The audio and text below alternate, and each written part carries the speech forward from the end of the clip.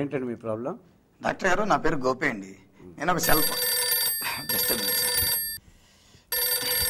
Hello చెప్పరా. ఇది 5000కి ఏముంది, అడ్జస్ట్ చేస్తాను లేరా.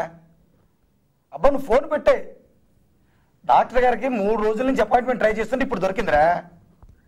నువ్వు ఫోన్ పెట్టే, తర్వాత మాట్లాడతాను. ఏంటి మీ ప్రాబ్లం చెప్పండి. Sorry sir. సార్ నా పేరు గోపి అండి. నేను సెల్ ఫోన్ కంపెనీలో పనిచేస్తున్నాను. హలో, ఏంటి 10వ నంబర్ పేషెంటు? వాడు చచ్చిపోయి 2 రోజులు అయింది కదా, వెంటిలేటర్ మీద కూడా పెట్టాం. ఎప్పటిదాకా బిల్లు ఎంత అయింది? ఏంటి 2.5 లక్షలేనా? ఇంకో 2 రోజులు కంటిన్యూ చేయండి. ఏంటి ఎంపీ గారి రికమెండేషనా? అయితే పని చేయండి, ఇప్పుడే చచ్చిపోయాడని అనౌన్స్ చేయండి, వెంటిలేటర్ పీకేయండి. 2.5 లక్షలకి కన్ఫర్మ్ చేసేయండి. ఓకేనా? ఓకే, జాగ్రత్త, ప్రాబ్లం రాకుండా చూసుకోండి. ఇప్పుడు చెప్పండి ప్రాబ్లం. నా పేరు గోపి అండి. నేను ఒక సెల్ ఫోన్ కంపెనీలో పనిచేస్తున్నాను. Excuse me sir. హలో, ఒరే నీకు చెప్పాను కదా ఇందాక, నేను అడ్జస్ట్ చేస్తాను. ఆయన అపాయింట్మెంట్ దొరకడమే కష్టం. నువ్వు ఫోన్ పెట్టారని నేను బయటకు వచ్చాక చేస్తాను. పెట్టే ప్రాబ్లం చెప్పండి సార్. సార్, నేను ఒక సెల్ ఫోన్ కంపెనీలో చేస్తున్నాను సార్. ఓకే, మీ పేరు గోపి, చెప్పండి. Thank you very much sir. 4 రోజుల నుంచి హలో, ఏంటి పక్క హాస్పిటల్లో టెస్టులన్నీ చేసుకొచ్చి అలా కుదరదని చెప్పు. మన హాస్పిటల్లో మొదటి నుంచి టెస్టులు చేయాలని చెప్పు. ఓకేనా? అలా చెప్పు, లేదా పంపించేయండి. ఏంటి 4వ నంబర్ పేషెంట్ బీపీ మొత్తం డౌన్ అయిపోయిందా? దానికి అంత వరి ఎందుకయ్యా? మొన్న జాయిన్ చేశాం కదా నర్సు, అదేనే సెక్సీగా ఉంటుంది రోజు. ఆ అమ్మాయిని పేషెంట్ దగ్గరికి అటెండ్ అవ్వమను, వాడి బీపీ ఆటోమేటిక్గా రైజ్ అయిపోద్ది. అర్థమైందా? దీనికి కూడా చెప్తారు ప్రతి దానికి. చెప్పండి ప్రాబ్లం. సార్, నాకు 4 రోజుల నుంచి ఇన్కమింగ్ ఓకేనండి, బట్ అవుట్ గోయింగ్ లేదు సార్. అప్పుడప్పుడు మధ్యలో మిస్సర్గాల్స్ కూడా ఉన్నాయి సార్. తెలుస్తుంది. అది సార్, వైబ్రేషన్ ఏమైనా ఉందా? చాలా ఎక్కువగా ఉంది సార్. బాగానే తెలుస్తుంది. కానీ 4 రోజుల నుంచి ఇన్కమింగ్ ఓకే. అవును సార్.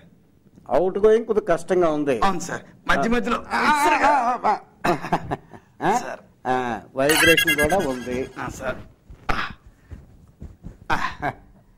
డోంట్ వరీ, 3 SMS పంపిస్తాను, పోర్టుకోట్ ఓపెన్ చేయండి, 24 అవర్స్లో యాక్టివేట్ అయిపోద్ది. బిల్ పే చేసేయాలండి. హలో,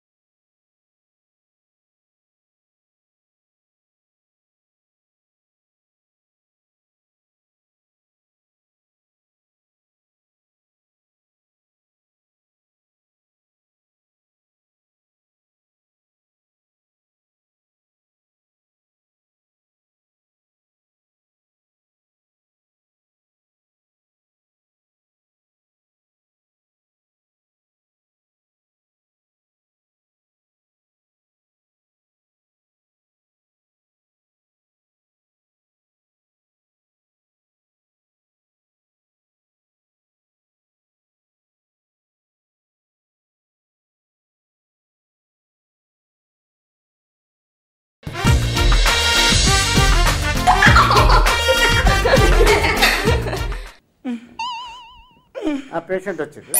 డాక్టర్ గారు ఆ. పన్ను ఒక్కటే నొప్పి తలుపు పోటు అంటే భరించలేకపోతున్నాను. You don't worry, I'm here. చూపించు.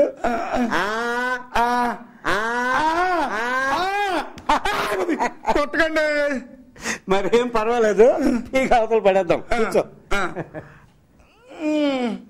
డాక్టర్ గారు మరి పన్ను పీకడానికి ఫీజు ఎంత అండి? 500 అవుతుంది. 500 అంటే నేను భరించలేనండి. మొత్తం మందికి అంత అవుతుంది. మరి మొత్తం వేస్తే నొప్పి లేకుండా తీయొచ్చు. ఒకవేళ 200 రూపాయలు మొత్తం లేకుండా సరే తీసుకుంటా. అమ్మో, మరి మొత్తం లేకుండా అంటే నొప్పి పడుతుంది కదండి. నొప్పి రాదా? ఆ మాత్రం నొప్పి ఉండదు, కొంచెం నొప్పి ఉంటుంది, భరించాలి మరి. కూర్చో. సర్లే, ఏం ప్రాబ్లం లేదు. నెమ్మదిగా.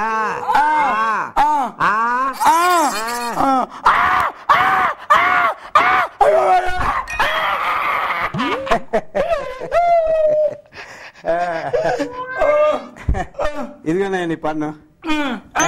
ఫిజికల్. డాక్టర్ గారు ఇదిగోనండి మీరు 200. 200 వచ్చినట్టు అడ్డండి మీరు పీరియడ్ 200 కాదు, 1000 రూపాయలు వెయ్యి. వెయ్యండి బాబు, మీరు ముందు మాట్లాడింది 200 కదా. నీ పన్ను పేకడానికి 200 నువ్వు వేసిన కేకలకి బయట పేషెంట్లు 4 పారిపోయారు. వాటి డబ్బులు ఎవరు ఇస్తాడు?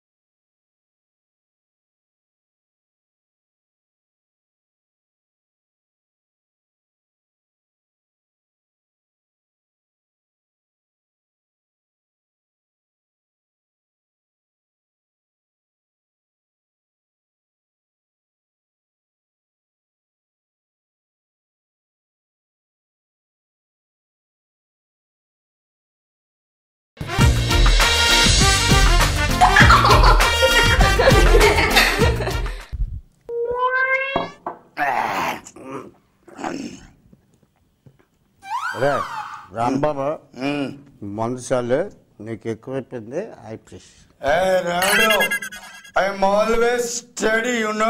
నువ్వు స్టడీ అయితే నాకు ఇద్దరిలాగా ఎందుకు కనబెట్టినారు? మంది రాపి రాముడు, ఎంత పార్టీ పెంచినాక మంది నీ డబ్బులతో పైపిస్తే మాత్రం అంత చీప్ గా కనబడుతున్నారా నీకు? నేను అసలు లెవెల్ ఏమనుకుంటున్నావురా? నేను తలుచుకుంటే సిట్టికల్లో హైదరాబాద్ ని కొనేస్తాను.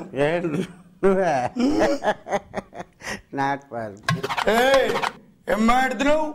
నేను తలుచుకున్నానంటే సిట్టికల్లో ఇండియన్ కొనేస్తాను.